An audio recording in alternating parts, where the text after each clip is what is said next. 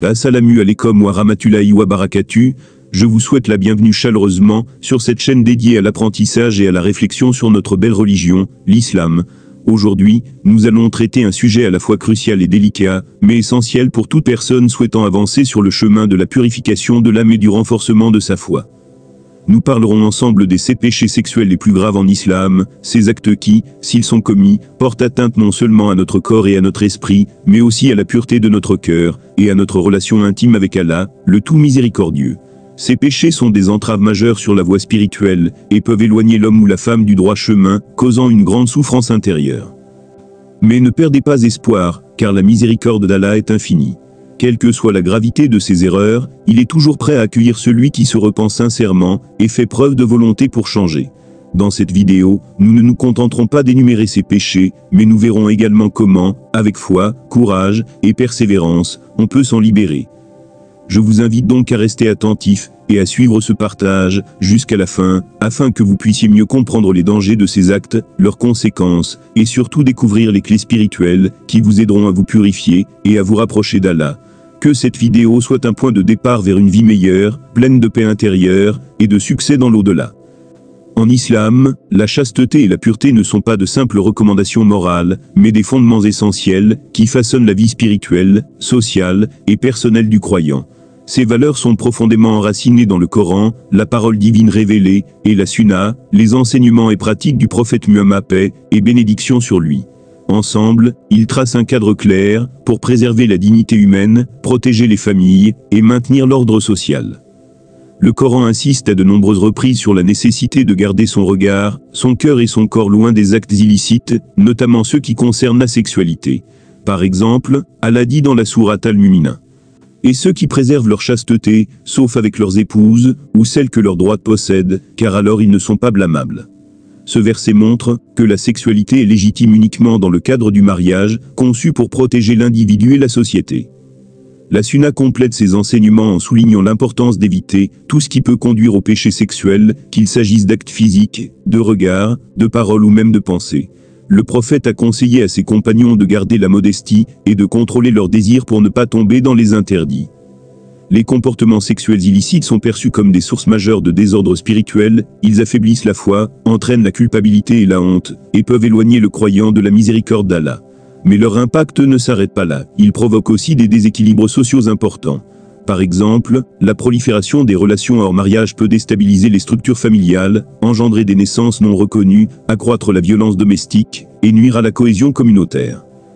C'est pourquoi certains péchés sexuels sont classés comme particulièrement graves, car ils portent atteinte non seulement à l'individu, mais également à l'ensemble de la société. Leur gravité est soulignée dans les textes sacrés et dans la jurisprudence islamique, qui vise à protéger la dignité humaine et à préserver l'harmonie sociale. Les 7 péchés sexuels les plus graves. 1. La fornication zina. La fornication, ou zina, désigne tout rapport sexuel entre 2 personnes non mariées. C'est un péché lourdement condamné dans le Coran et la Sunna. Allah a dit dans la sourate Al-Isra 10, et ne vous approchez pas de la fornication. En vérité, c'est une turpitude et quel mauvais chemin. Ce péché viole la pureté imposée par le mariage, qui est la seule voie licite pour la satisfaction sexuelle en islam. La fornication expose à de graves conséquences spirituelles, sociales et parfois même légales selon les pays musulmans. Elle engendre souvent des troubles familiaux, une perte de confiance et fragilise la cohésion sociale. 2. L'adultère. L'adultère est une forme spécifique de zina, qui implique un rapport sexuel extraconjugal, c'est-à-dire avec une personne déjà mariée. Il est considéré comme un crime moral et social majeur, car il détruit le noyau familial, base de toute société saine. L'adultère brise la confiance entre époux, cause des souffrances profondes, et peut mener à la désintégration du foyer. Le Coran punit cet acte sévèrement, en raison de son impact dévastateur. La fornicatrice et le fornicateur, fouettez-les chacun de 100 coups de fouet, sourate An-Nur, bien que la justice islamique impose aussi des conditions strictes de preuve. 3. La sodomie, homosexualité entre hommes. Dans la tradition islamique, la sodomie désigne les rapports sexuels entre hommes, interdits formellement. Le Coran relate le peuple de Lot, condamné pour cette pratique. Et Lot, quand il dit à son peuple, « Commettez-vous l'indécence que nul, parmi les mondes, n'a commise avant vous » Sourate Al-Araf. L'homosexualité masculine est considérée comme un grand péché en raison de son caractère contraire à la nature créée par Allah, et elle est prohibée à cause de ses conséquences spirituelles et sociales. 4. Le lesbianisme, relations homosexuelles entre femmes, bien que moins explicitement mentionné que l'homosexualité masculine dans les textes classiques, le lesbianisme est également interdit et considéré comme un péché grave dans l'islam. Cette interdiction s'appuie sur le principe de chasteté et de respect des limites sexuelles établies. Toute relation sexuelle en dehors du cadre légal du mariage est condamnée, et le lesbianisme en fait partie, car il s'écarte de la voie naturelle prescrite. 5. Le viol est un acte de violence sexuelle non consenti, un crime moral et pénal grave. En islam, c'est une transgression majeure, qui porte atteinte à la dignité, à la sécurité et à l'intégrité de la personne. Le Coran et la Sunna insistent sur la protection des faibles et des vulnérables, et le viol est puni sévèrement. C'est aussi un péché d'une gravité extrême, car il viole les droits d'autrui et détruit la paix intérieure de la victime. 6. La masturbation excessive qui conduit à la négligence des devoirs religieux. Le statut de la masturbation en islam est débattu, certains savants la considérant interdite, d'autres la tolérant en cas d'extrême nécessité. Cependant, une masturbation excessive, répétée au point d'entraîner une dépendance, peut devenir un péché, s'il conduit à délaisser les obligations religieuses comme la prière, le jeûne, ou s'accompagne d'un visionnage de contenu illicite. Elle peut alors affaiblir la foi, augmenter les tentations, et détourner de la spiritualité. 7. Le regard et la pensée impure, qui mènent à la tentation. Le prophète Muhammad, paix et bénédiction sur lui, a mis en garde contre le danger des regards impurs, et des pensées licencieuses, qui préparent le terrain au péché. Il a dit: la pudeur fait partie de la foi. Regarder volontairement des images, vidéos, ou personnes qui suscitent le désir interdit, est un acte qui nourrit les pulsions, et peut conduire à commettre des péchés sexuels. De même, entretenir des pensées impures, fantasmes, rêveries interdites, ouvre une porte à la tentation, et affaiblit la maîtrise de soi. L'islam invite à garder le regard bas, et le cœur pur, pour préserver la chasteté. Comment se débarrasser des péchés sexuels en islam? Le repentir sincère Toba. Le repentir sincère est le fondement même de toute purification spirituelle. En islam, Allah est le tout miséricordieux, prêt à pardonner à quiconque se tourne vers lui, avec un cœur humble et sincère. Le Toba ne se limite pas à demander pardon. Il doit être accompagné de plusieurs éléments essentiels. Un regret profond pour le péché commis, une douleur sincère dans le cœur d'avoir déçu Allah. L'arrêt immédiat de l'acte interdit, sans délai ni hésitation. La ferme résolution de ne jamais y revenir, avec une volonté déterminée. Si le péché a causé un tort à autrui, il faut réparer ce tort dans la mesure du possible. Le Coran affirme: dit, ô mes serviteurs qui avez commis des excès à votre propre détriment, ne désespérez pas de la miséricorde d'Allah. Sourate Az-Zumar. Le repentir sincère est la clé qui ouvre la porte de la miséricorde divine, et permet de repartir sur une nouvelle voie, purifiée et renforcée.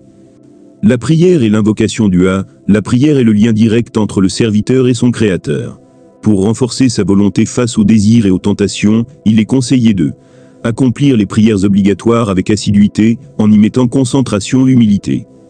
Multiplier les prières surérogatoires nafl, surtout les prières nocturnes tahajjud qui apaisent le cœur et élèvent l'âme. Réciter régulièrement des invocations du Ha demandant la force contre le péché, la pureté du cœur, et la protection contre le shaitan Satan. Le prophète, paix soit sur lui, a dit: la prière est la clé de la foi, et la plus grande arme contre le péché. La prière et l'invocation sont des moyens puissants pour se recentrer, trouver la paix intérieure, et puiser une force nouvelle face aux épreuves. L'éloignement des causes. Pour combattre efficacement un péché, il faut en supprimer les causes et les occasions. Cela demande d'éviter les contenus qui stimulent la convoitise, comme la pornographie, les films ou images suggestives. De fuir les environnements où la tentation est forte, par exemple certains lieux, fêtes, ou fréquentations malsaines. De contrôler son usage des réseaux sociaux et d'Internet, en mettant en place des filtres, ou en limitant le temps passé. De cultiver des relations saines et pieuses, entourées de personnes qui encouragent à faire le bien, et à éviter le mal. L'éloignement des causes est une forme de prévention proactive, qui empêche la chute avant même que le désir ne se transforme en acte. Le jeûne. Le prophète Muhammad, paix et bénédiction sur lui, a recommandé le jeûne, comme moyen efficace de maîtriser ses passions et ses désirs. Ô jeunes gens, que ceux qui en ont la capacité jeûnent, car le jeûne est un bouclier, hadith rapporté par Al-Bukhari. Le jeûne aide à discipliner le corps et l'esprit, à contrôler les pulsions naturelles, et à purifier l'âme. Il donne une meilleure maîtrise de soi, et renforce la conscience d'Allah dans la vie quotidienne. C'est aussi une voie spirituelle, qui rapproche le croyant de son Seigneur. Chercher du soutien. Il est important de ne pas affronter seul ces difficultés. Consulter un savant ou un conseiller spirituel permet d'obtenir des conseils adaptés, un accompagnement moral et des solutions concrètes. Rejoindre un groupe de soutien ou une association religieuse permet de partager ses expériences, de recevoir de la motivation et de trouver un environnement bienveillant. Parler à des proches de confiance, lorsque cela est possible, peut alléger le poids intérieur et renforcer la détermination. Ce soutien social et spirituel est un levier puissant pour avancer sur le chemin de la réformation.